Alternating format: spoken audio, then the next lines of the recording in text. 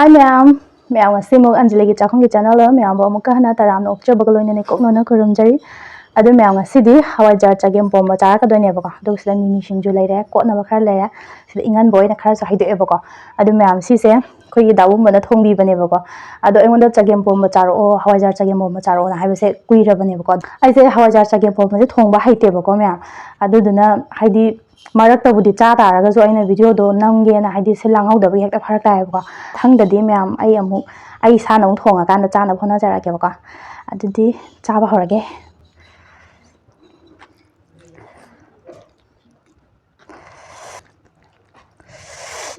hauni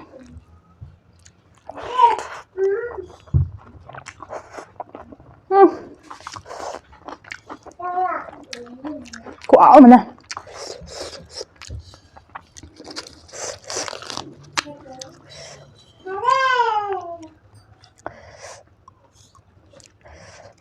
ini Singju sa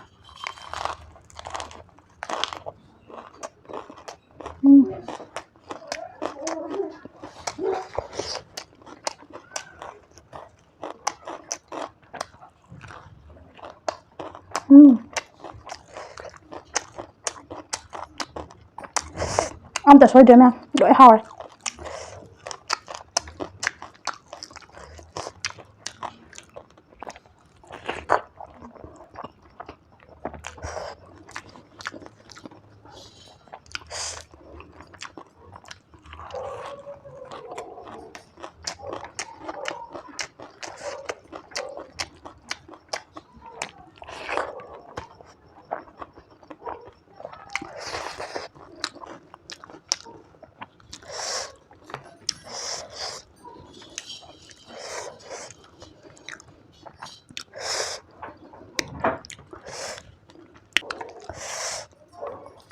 Yam Chagempomba se Jang ta chatharaga na marang kahin bane sidi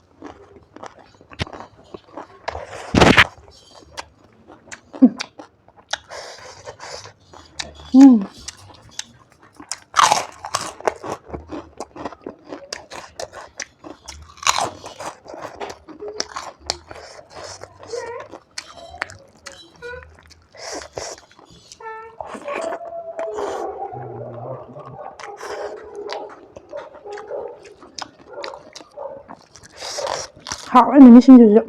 sidi morok se yam saboy da chap char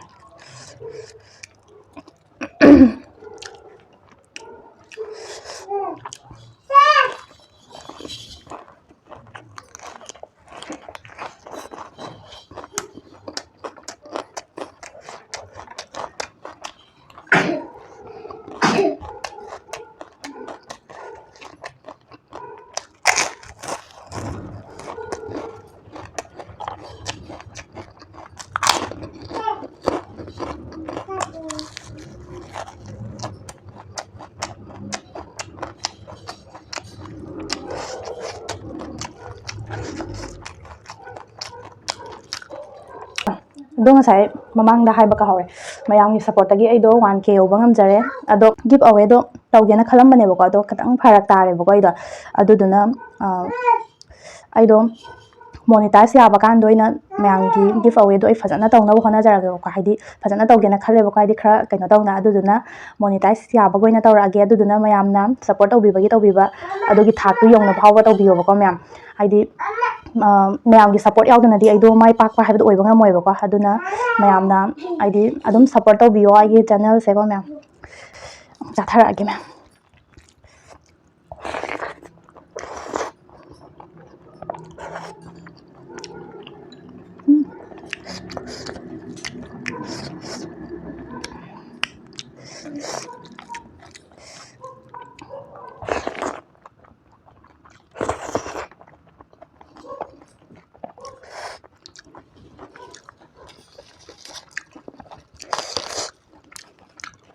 ꯃꯊꯦꯜ ꯌꯥꯝ ꯌꯣꯡꯕꯁꯦ ꯍꯥꯏꯗꯤ ꯃꯊꯦꯜ ꯌꯥꯝ ꯌꯥꯝꯃꯜꯂꯗꯤ ꯑꯩꯗꯤ ꯆꯥꯐꯝ ꯈꯪꯗꯦꯕ ꯑꯃꯇꯪꯒ ꯁꯨꯃꯥꯏꯅ ꯇꯧꯔ ꯆꯥꯕꯗꯣ ꯑꯗꯨꯅ ꯍꯦꯟꯅ ꯄꯥꯝꯃꯦ ꯀꯔꯝꯕ ꯍꯥꯟꯅ ꯆꯥꯗꯣꯏꯅꯣ ꯈꯟꯕꯗꯀꯣ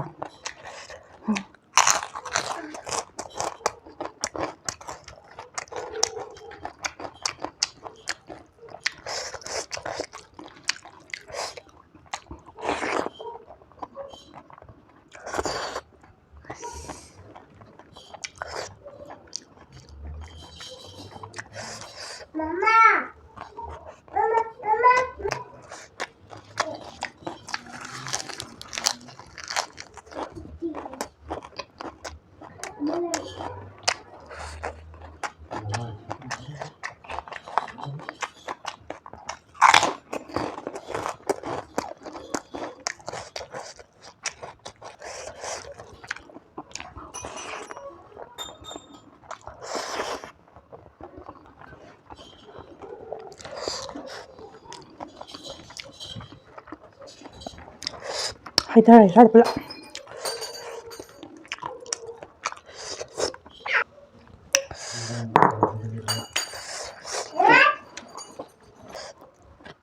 ꯐꯖꯅ ꯍꯥꯎꯔꯦ ꯆꯒꯦꯝꯄꯣꯝꯕꯁꯦ ꯉꯁꯤ ꯍꯋꯥꯏꯖꯥꯔꯗ ꯆꯦꯡꯁꯨ ꯃꯌꯥꯝ ꯍꯥꯞꯆꯟꯕꯗꯩꯁꯨ ꯄꯣꯊꯣꯛꯄꯗꯣ ꯆꯥꯕ ꯉꯝꯃꯣꯏꯗ꯭ꯔꯥꯅ ꯈꯟꯕꯅꯦ ꯑꯗꯣ ꯑꯣꯛꯇꯧ ꯃꯥꯟꯁꯤꯜꯂꯛꯇ꯭ꯔꯦ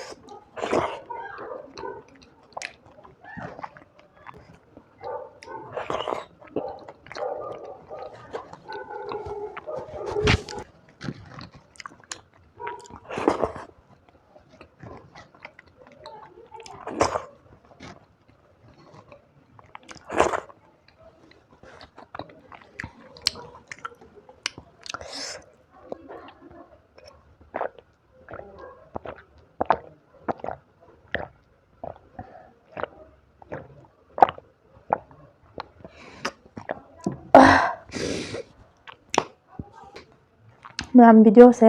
ꯁꯤꯗ ꯂꯣꯏꯁꯤꯜꯂꯒꯦ ꯆꯥꯕ ꯂꯣꯏꯔꯕꯅꯤꯅꯀꯣ ꯃꯌꯥꯝ ꯉꯁꯤꯗꯤ ꯃꯣꯔꯣꯛ ꯁꯥꯕ ꯑꯝꯇ ꯌꯥꯎꯗ꯭ꯔꯦ ꯑꯩꯒꯤ ꯚꯤꯗꯤꯑꯣ ꯈꯨꯗꯤꯡꯒꯤ ꯍꯥꯏꯗꯤ ꯆꯥꯕ ꯈꯨꯗꯤꯡꯒꯤ ꯃꯣꯔꯣꯛ ꯍꯦꯛꯇ ꯄꯪꯄꯪ ꯁꯥꯕꯗꯣ ꯉꯁꯤꯗꯤ ꯃꯣꯔꯣꯛ ꯀꯥ ꯍꯦꯟꯅ ꯁꯥꯕ ꯑꯝꯇ ꯌꯥꯎꯗ꯭ꯔꯦ ꯂꯣꯏꯅꯃꯛ ꯍꯥꯎꯔꯦ ꯑꯗꯣ ꯃꯌꯥꯝꯅ ꯑꯩꯒꯤ ꯆꯦꯅꯦꯜꯁꯦ ꯁꯕꯁꯀ꯭ꯔꯥꯏꯕ ꯇꯧꯗꯕ ꯌꯥꯎ ꯇꯥꯔꯒꯗꯤ ꯁꯕꯁꯀ꯭ꯔꯥꯏꯕ ꯁꯨꯡꯁꯣꯏ ꯁꯣꯏꯗꯅ ꯇꯧꯁꯟꯕꯤꯔꯝꯃꯣ ꯂꯥꯏꯛ ꯀꯣꯃꯦꯟ ꯇꯧꯁꯟꯕꯤꯔꯝꯃꯣ ꯃꯊꯪꯒꯤ ꯅꯦꯛꯁ ꯚꯤꯗꯤꯑꯣꯗ ꯑꯃꯨꯛꯀ ꯃꯌꯥꯝꯒ ꯄꯨꯟꯅ ꯊꯦꯡꯅꯔꯁꯦ ꯉꯁꯤꯒꯤꯗꯤ ꯂꯣꯏꯁꯤꯜꯂꯒꯦ ꯃꯌꯥꯝ ꯕꯥꯏ ꯕꯥꯏ